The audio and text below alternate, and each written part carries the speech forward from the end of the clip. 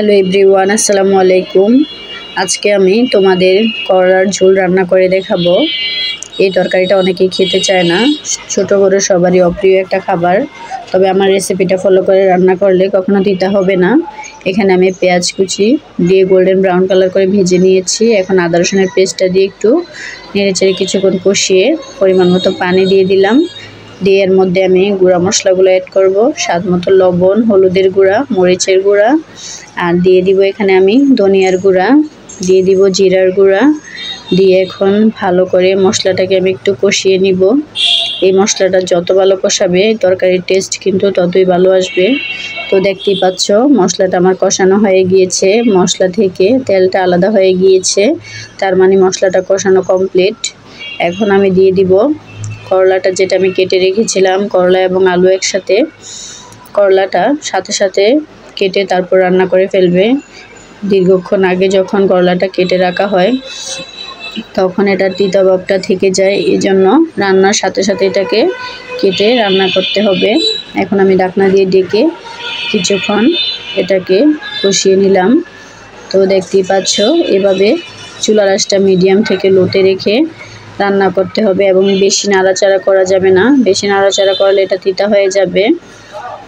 তো দেখতেই পাচ্ছ আমি কিভাবে নাড়তেছি আলতোভাবে, জাস্ট একটু নিচ থেকে যাতে না লেগে যায় সেজন্য এভাবে নেড়ে দিচ্ছি। দিয়ে তারপর ঢাকনা দিয়ে আবারও ডেকে কিছুক্ষণ রান্না করব। তো এই তরকারিটা একবার রান্না করে খেয়ে দেখতে পারো, অনেক মজার হবে এবং তিতাও হবে না। তো আবারও আমি একটু নেড়ে ছেড়ে দিয়েছি। গরমে করলা তরকারিটা খেলে অনেক উপকার হয়, সেজন্য চেষ্টা করবে সপ্তাহে একদিন হলেও রান্না করার জন্য। তো দেখতেই পাচ্ছ প্রায় আলুগুলো আমার সিদ্ধ হয়ে গিয়েছে এবং করলাটাও সিদ্ধ হয়ে গিয়েছে। এখন আমি এটাকে আবারও কিছুক্ষণ নেড়েচেড়ে রান্না করে নিব। এই তরকারিটা যত ভালো কষিয়ে রান্না করা যাবে খেতে কিন্তু ততই ভালো হবে।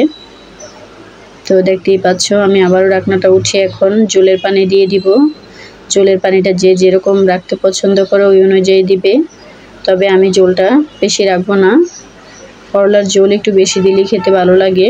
তো এখন আমি ঝোলের পানিটা দিয়ে কিছুক্ষণ রান্না করবে। এই পর্যায়ে চুলার আঁচটা হাই হিটে রাখতে হবে। হাই হিটে রেখে কিছুক্ষণ রান্না বলক উঠে এসেছে, এখন মাছগুলো দিয়ে দিব। মাছগুলো দিয়ে এখন আমি নেড়েচেড়ে কিছুক্ষণ মিশিয়ে নিব। দেখতেই পাচ্ছ খুব অল্প সময়ের মধ্যে রান্নাটা কমপ্লিট করা যায়। এখন আমি ধনেপাতা কুচি দিয়ে দিব। ধনেপাতা কুচি দিয়ে জাস্ট আর 5 মিনিট রান্না করলে এনাফ। তো এর মধ্যে আমার রান্নাটা কমপ্লিট হয়ে গিয়েছে, দেখতেই পাচ্ছ। এভাবে তোমরা বাসায় ট্রাই করতে পারো। তো আমি গ্যারান্টি দিয়ে বলতে পারি এটার টেস্ট